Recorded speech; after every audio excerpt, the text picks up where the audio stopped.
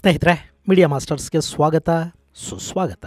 ಗೆಳೆಯರೆ, ಭಯೋತ್ಪಾದನೆ ಅನ್ನೋದು ಜಗತ್ತಿನಿಂದ ನಾಶ ಆಗುವವರೆಗೆ ಶಾಂತಿ ನೆಲೆಸೋದಕ್ಕೆ ಸಾಧ್ಯ ಇಲ್ಲ. ಯಾವುದೇ ಕಾರಣಕ್ಕೂ ಭಯೋತ್ಪಾದನೆ ಮತ್ತು ಮಾತುಕತೆ ಒಟ್ಟೊಟ್ಟಿಗೆ ನಡೆಯೋದಿಲ್ಲ. ಟ್ರೇಡ್ ಮತ್ತು ಟೆರರ್ ಒಟ್ಟಿಗೆ ನಡೆಯೋದಕ್ಕೆ ಸಾಧ್ಯ ಇಲ್ಲ. ಹಾಗೆ ನೀರು ಮತ್ತು ರಕ್ತ ಎರಡು ಒಟ್ಟಿಗೆ ಹರಿಯೋದಿಲ್ಲ ಅಂತ ಹೇಳೋ ಮೂಲಕ ಭಾರತದ ಪ್ರಧಾನಿ ನರೇಂದ್ರ ಮೋದಿ ಬುದ್ಧ ಪೂರ್ಣಿಮೆಯ ದಿನ ಪಾಕಿಸ್ತಾನಕ್ಕೆ ಒಂದು ದೊಡ್ಡ ಎಚ್ಚರಿಕೆಯನ್ನು ಕೊಟ್ಟಿದ್ದಾರೆ. ಮತ್ತು ಭಯೋತ್ಪಾದನೆಯ ವಿರುದ್ಧದ ಹೋರಾಟಕ್ಕೆ ಭಾರತ ಯಾವಾಗಲೂ ಬದ್ಧವಾಗಿರುತ್ತೆ. ಆಪರೇಷನ್ ಸಿಂಧೂರ ಅನ್ನೋದು ಭಯೋತ್ಪಾದನೆಯ ವಿರುದ್ಧದ ಭಾರತದ ಹೋರಾಟಕ್ಕಿಡಲಾಗಿರುವ ಹೆಸರು. ಅದು ಮುಂದುವರಿಯುತ್ತೆ ಅನ್ನೋ ಮಾತುಗಳನ್ನು ಕೂಡ ಭಾರತದ ಪ್ರಧಾನಿ ಹೇಳಿದ್ದಾರೆ. ಶತ್ರು ದೇಶ ಪಾಕಿಸ್ತಾನ ನಿರಂತರವಾಗಿ ಭಯೋತ್ಪಾದನೆಯನ್ನ ಬೆಂಬಲಿಸಿಕೊಂಡು ಬರ್ತಾ ಇದೆ ಅನ್ನೋದನ್ನ ಹೇಳಿರುವ ಭಾರತದ ಪ್ರಧಾನಿ ಮೋದಿ ಇನ್ನು ಮುಂದೆ ಅಣ್ವಸ್ತ್ರಗಳನ್ನು ತೋರಿಸಿ ಭಾರತವನ್ನ ಹೆದರಿಸೋದಕ್ಕೆ ಸಾಧ್ಯ ಇಲ್ಲ. ಅಣ್ವಸ್ತ್ರಗಳ ಹಿಂದೆ ಭಯೋತ್ಪಾದಕರು ಅಡಗಿ ಕೂತ್ಕೊಳ್ಳೋದಕ್ಕೆ ಕೂಡ ನಾವು ಅವಕಾಶವನ್ನ ಕೊಡೋದಿಲ್ಲ ಅಂತ ಹೇಳೋದಲ್ಲದೆ, ಪಾಕಿಸ್ತಾನದಲ್ಲಿರೋದು ಸರ್ಕಾರಿ ಪ್ರಾಯೋಜಿತ ಭಯೋತ್ಪಾದನೆ ಅನ್ನೋದು ಮೊನ್ನೆ ಭಯೋತ್ಪಾದಕರ ಅಂತಿಮ ಸಂಸ್ಕಾರದ ಸಂದರ್ಭದಲ್ಲಿ ಪಾಕಿಸ್ತಾನದ ಹಿರಿಯ ಸೇನಾಧಿಕಾರಿಗಳು ಆ ಸತ್ತವರ ಹೆಣಗಳಿಗೆ ಹೆಗಲು ಕೊಡುವ ಮೂಲಕ ಸಾಬೀತು ಮಾಡಿದ್ದಾರೆ ಅನ್ನೋದನ್ನ ಭಾರತದ ಪ್ರಧಾನಿ ನರೇಂದ್ರ ಮೋದಿ ಹೇಳಿದ್ದಾರೆ. ಇವತ್ತು ಪಾಕಿಸ್ತಾನ ಭಯೋತ್ಪಾದನೆಗೆ ನೀರು ಗೊಬ್ಬರ ಹಾಕಿ ಸಾಕ್ತಾ ಇದೆ. ಮುಂದಿನ ದಿನಗಳಲ್ಲಿ ಅದೇ ಭಯೋತ್ಪಾದನೆ ಅನ್ನೋದು ಪಾಕಿಸ್ತಾನವನ್ನ ತಿಂದು ಹಾಕತ್ತೆ. ಪಾಕಿಸ್ತಾನ ಉಳಿಬೇಕು ಅಂದ್ರೆ ಭಯೋತ್ಪಾದನೆಯನ್ನ ನಾಶ ಮಾಡೋ ಕಡೆಗೆ ಹೆಜ್ಜೆಯನ್ನ ಇಡಬೇಕು ಅಂತ ಹೇಳಿರೋ ಮೋದಿ, ಇದು ಖಂಡಿತ ಯುದ್ಧದ ಯುಗ ಅಲ್ಲ, ಹಾಗೇನೆ ಇದು ಭಯೋತ್ಪಾದನೆಯ ಯುಗ ಕೂಡ ಅಲ್ಲ. ಭಯೋತ್ಪಾದನೆಯ ವಿಷಯದಲ್ಲಿ ಭಾರತ ಯಾವತ್ತಿಗೂ ಝೀರೋ ಟಾಲರೆನ್ಸ್ ಅನ್ನ ಮುಂದುವರಿಸುತ್ತೆ ಮತ್ತು ನಮ್ಮ ದೇಶದ ನಾಗರಿಕರನ್ನ ಭಯೋತ್ಪಾದಕರ ದಾಳಿಗಳಿಂದ ಕಾಪಾಡೋದಕ್ಕೆ ನಾವು ಯಾವ ಮಟ್ಟಕ್ಕೆ ಬೇಕಾದರೂ ಹೋಗ್ತೀವಿ ಅಂತ ಹೇಳೋ ಮೂಲಕ ಪಾಕಿಸ್ತಾನಕ್ಕೆ ಮುಂದಿನ ದಿನಗಳ ಬಗ್ಗೆ ಒಂದು ಕಠಿಣ ಎಚ್ಚರಿಕೆಯನ್ನು ರವಾನೆ ಮಾಡಿದ್ದಾರೆ.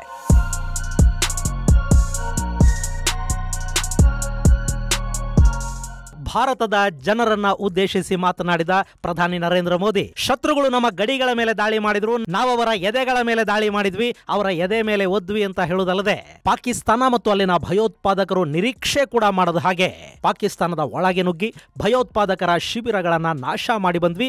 ಇದು ಶತ್ರುಗಳಿಗೆ ನಾವು ಕೊಟ್ಟ ಅನಿರೀಕ್ಷಿತ ಹೊಡೆತವಾಗಿತ್ತು ಅಂತ ಹೇಳಿದ್ದಾರೆ. ಹಾಗೆ ಕದನ ವಿರಾಮದ ಬಗ್ಗೆ ಕೂಡ ಹೇಳಿರುವ ಪ್ರಧಾನಿ ಮೋದಿ, ಪಾಕಿಸ್ತಾನ ಇನ್ನು ಮುಂದೆ ನಾವು ಇಂಥದ್ದನ್ನೇನು ಮಾಡೋದಿಲ್ಲ ಅಂತ ಬೇಡ್ಕೊಳ್ತಾ ಬಂತು.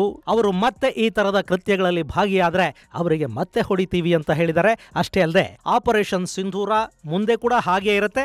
ಭಾರತದ ಮೇಲೆ ನಡೆಯುವ ಯಾವುದೇ ಭಯೋತ್ಪಾದಕ ಕೃತ್ಯವನ್ನ ನಾವು ಆಕ್ಟ್ ಆಫ್ ವಾರ್ ಅಂತ ಪರಿಗಣಿಸ್ತೀವಿ ಮತ್ತು ಭಾರತದ ವಿರುದ್ಧ ಕಣ್ಣೆತ್ತಿ ನೋಡುವ ಭಯೋತ್ಪಾದಕರ ಬೇರುಗಳನ್ನ ಕೂಡ ಕಿತ್ ಹಾಕ್ತೀವಿ ಅಂತ ಹೇಳಿದ್ದಾರೆ.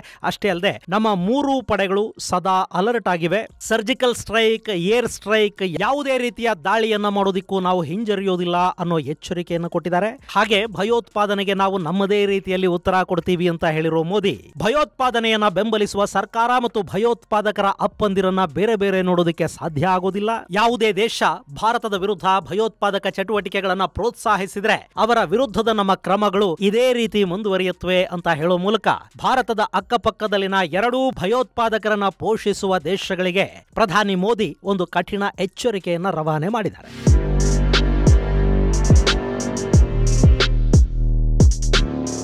ಇನ್ನು ಇದೇ ಸಂದರ್ಭದಲ್ಲಿ ಪ್ರಧಾನಿ ಮೋದಿ ಭಾರತದ ಸೈನಿಕರಿಗೆ ಮತ್ತು ಭಾರತದ ಆಯುಧಗಳಿಗೆ ಶ್ಲಾಘನೆಯನ್ನ ವ್ಯಕ್ತಪಡಿಸುವುದನ್ನು ಮರೆಯಲಿಲ್ಲ. ಈ ಯುದ್ಧದಲ್ಲಿ ನಾವು ಪಾಕಿಸ್ತಾನಕ್ಕೆ ಮಣ್ಣು ಮುಗಿಸಿದ್ದೀವಿ. ಮರುಭೂಮಿ ಇರಲಿ, ಬೆಟ್ಟಗುಡ್ಡಗಳಿರಲಿ, ಸಮತಟ್ಟಾದ ಭೂಪ್ರದೇಶ ಇರಲಿ, ಭಾರತ ಎಲ್ಲ ಕಡೆಗಳಲ್ಲೂ ಮೇಲುಗೈಯನ್ನ ಸಾಧಿಸಿದೆ.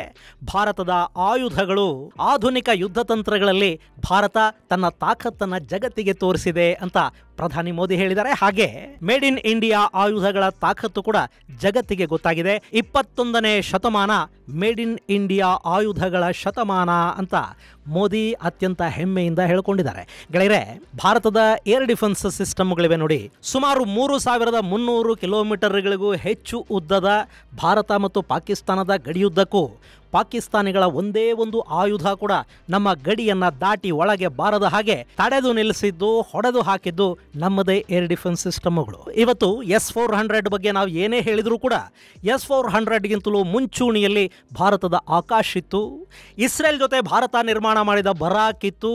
ಜೊತೆಗೆ ಭಾರತ ಪುರಾತನ ಕಾಲದಿಂದ ಬಳಸ್ತಾ ಇದ್ದ, ಸೋವಿಯತ್ ಕಾಲದಲ್ಲಿ ಖರೀದಿ ಮಾಡಿದ್ದ ಒಂದಷ್ಟು ಆಯುಧಗಳನ್ನು ಕೂಡ ತನ್ನಲ್ಲೇ ಆಧುನೀಕರಣಗೊಳಿಸಿ ಅವುಗಳನ್ನು ಕೂಡ ತನ್ನ ಗಡಿಗಳ ರಕ್ಷಣೆಗೆ ಬಳಸಿಕೊಂಡಿದೆ ಮತ್ತು ಅಪ್ಪಟ ಸ್ವದೇಶಿ ಶೋಲ್ಡರ್ ಗನ್ಗಳನ್ನು ಬಳಸಿ ಕೂಡ ಶತ್ರುಗಳ ಡ್ರೋನ್ಗಳನ್ನ ಮಿಸೈಲ್ಗಳನ್ನ ಹೊಡೆದು ಹಾಕೋದ್ರಲ್ಲಿ ಭಾರತ ಯಶಸ್ಸನ್ನು ಕಂಡಿದೆ. ಭಾರತ ಮತ್ತು ಪಾಕಿಸ್ತಾನಗಳ ನಡುವೆ ನಡೆದ ಈ ಸಂಘರ್ಷ ಚೀನಾದ ಆಯುಧಗಳ ಬಣ್ಣವನ್ನು ಬಯಲು ಮಾಡಿರೋದಷ್ಟೇ ಅಲ್ಲ, ಭಾರತದ ಸ್ವದೇಶಿ ಆಯುಧಗಳ ಶಕ್ತಿಯನ್ನು ಕೂಡ ಹೆಚ್ಚು ಮಾಡಿದೆ. ಇದು ಭಾರತದ ಸ್ವದೇಶಿ ಆಯುಧಗಳ ತಾಕತ್ತನ್ನು ಕೂಡ ಜಗತ್ತಿನ ಮುಂದೆ ತೆರೆದಿಟ್ಟಿದೆ. ಹೀಗಾಗಿ ಸ್ವದೇಶಿ ಆಯುಧಗಳನ್ನ ಶ್ಲಾಘಿಸೋ ಕೆಲಸವನ್ನು ಕೂಡ ಇಲ್ಲಿ ಪ್ರಧಾನಿ ಮೋದಿ ಮಾಡಿದ್ದಾರೆ. ಇನ್ನು ಪ್ರಧಾನಿ ಮೋದಿ ಅವರ ಭಾಷಣದ ಸಂದರ್ಭದಲ್ಲಿ ಅವರು ಹೇಳಿದ ಒಂದು ಮಾತು ನಿನ್ನೆಯಿಂದಲೂ ಪಾಕಿಸ್ತಾನದಲ್ಲಿ ಆಗ್ತಾ ಇರುವ ಬೆಳವಣಿಗೆಗಳ ಬಗ್ಗೆ ಒಂದಷ್ಟು ಅನುಮಾನಕ್ಕೆ ಕಾರಣ ಆಗ್ತಾ ಇದೆ. ಪಾಕಿಸ್ತಾನದಲ್ಲಿ ನ್ಯೂಕ್ಲಿಯರ್ ಸೈಟ್ಗಳ ಮೇಲೆ ಭಾರತ ದಾಳಿ ಮಾಡಿರಬಹುದು ಅನ್ನೋ ಥರದ ಒಂದು ಅನುಮಾನ ಜಗತ್ತನ್ನ ಕಾಡ್ತಾ ಇದೆ. ಜೊತೆಗೆ ನಿನ್ನೆ ಪಾಕಿಸ್ತಾನಕ್ಕೆ ಅಮೆರಿಕಾದ B-350 ಬಂದಿದೆ. ಅಣು ವಿಕಿರಣವನ್ನ ಪತ್ತೆ ಮಾಡಬಲ್ಲ ಸಾಧನವನ್ನೊಳಗೊಂಡ ವಿಮಾನ.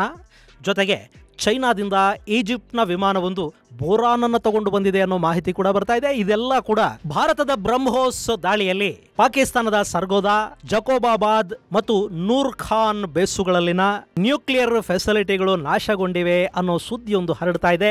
ಅದಕ್ಕೆ ಪುಷ್ಟಿ ಕೊಡೋ ಹಾಗೆ ಭಾರತದ ಪ್ರಧಾನಿ ನರೇಂದ್ರ ಮೋದಿ ಕೂಡ ತಮ್ಮ ಭಾಷಣದಲ್ಲಿ ನ್ಯೂಕ್ಲಿಯರ್ ಆಯುಧಗಳನ್ನು ಪ್ರಸ್ತಾಪ ಮಾಡಿದ್ದಾರೆ. न्यूक्लियर ब्लैकमेल भारत नहीं सहेगा। न्यूक्लियर ब्लैकमेल की आड़ में पनप रहे आतंकी ठिकानों पर भारत सटीक और निर्णायक प्रहार करेगा।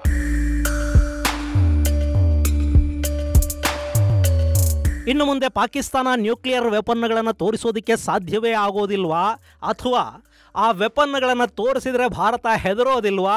ಇಲ್ಲಿ ಏನನ್ನ ಮೋದಿ ಭಾರತೀಯರಿಗೆ ಹೇಳೋದಕ್ಕೆ ಹೋಗ್ತಾ ಇದ್ದಾರೆ ಅನ್ನೋದು ಸ್ಪಷ್ಟವಾಗಿ ಅರ್ಥವಾಗ್ತಾ ಇಲ್ಲ.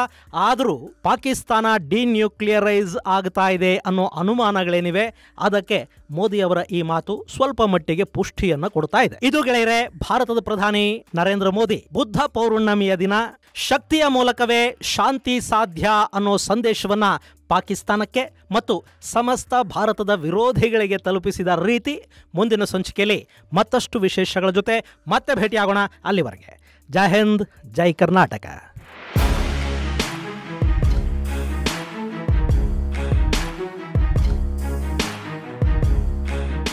ನಿಮ್ಮಲ್ಲಿ ಸಾಕಷ್ಟು ಜನ ಯೂಟ್ಯೂಬ್ ಚಾನಲನ್ನು ಮಾಡಬೇಕು ಅಂತ ಅಂದ್ಕೊಂಡಿರ್ತೀರಿ, ಮತ್ತಷ್ಟು ಜನ ಯೂಟ್ಯೂಬ್ ಚಾನಲ್ಗಳನ್ನು ಈಗಾಗಲೇ ಮಾಡಿರ್ತೀರಿ. ಆದರೆ ಅವುಗಳನ್ನು ಹೇಗೆ ಮಾನಿಟೈಸ್ ಮಾಡ್ಕೋಬೇಕು, ಹೇಗೆ ಕಾಂಟೆಂಟ್ ಕ್ರಿಯೇಟ್ ಮಾಡಬೇಕು ಅನ್ನೋ ಬಗ್ಗೆ ಒಂದಷ್ಟು ಗೊಂದಲಗಳಿಗೆ ಒಳಗಾಗಿರ್ತೀರಿ. ಈ ಬಗ್ಗೆ ನಿಮಗೊಂದಷ್ಟು ತರಬೇತಿಯನ್ನು ಕೊಡೋದಕ್ಕೆ ಮೇ 16ರಿಂದ 3 ದಿನಗಳ ಆಫ್ಲೈನ್ ಯೂಟ್ಯೂಬ್ ತರಗತಿಗಳನ್ನು ನಮ್ಮಲ್ಲಿ ಆಯೋಜನೆ ಮಾಡ್ತಾ ಇದ್ದೀವಿ. ಅದರಲ್ಲಿ camera, voice over, content create ಮಾಡೋದು ಹೇಗೆ, ಸ್ಕ್ರಿಪ್ಟಿಂಗ್, ಯೂಟ್ಯೂಬ್ ಆಪ್ಟಿಮೈಸೇಷನ್, ಮಾನಿಟೈಸೇಷನ್, ಹೀಗೆ ಸಾಕಷ್ಟು ವಿಷಯಗಳ ಬಗ್ಗೆ ನಿಮಗೆ ತಿಳ್ಕೊಳ್ಳೋದಕ್ಕೆ ಸಾಧ್ಯ ಆಗುತ್ತೆ. ಆ ಬಗ್ಗೆ ನಿಮಗೆ ಆಸಕ್ತಿ ಇದ್ರೆ ಹೆಚ್ಚಿನ ಮಾಹಿತಿಗಾಗಿ 9972379459 9972237945 ನಂಬರಿಗೆ ಕಾಲ್ ಮಾಡಿ.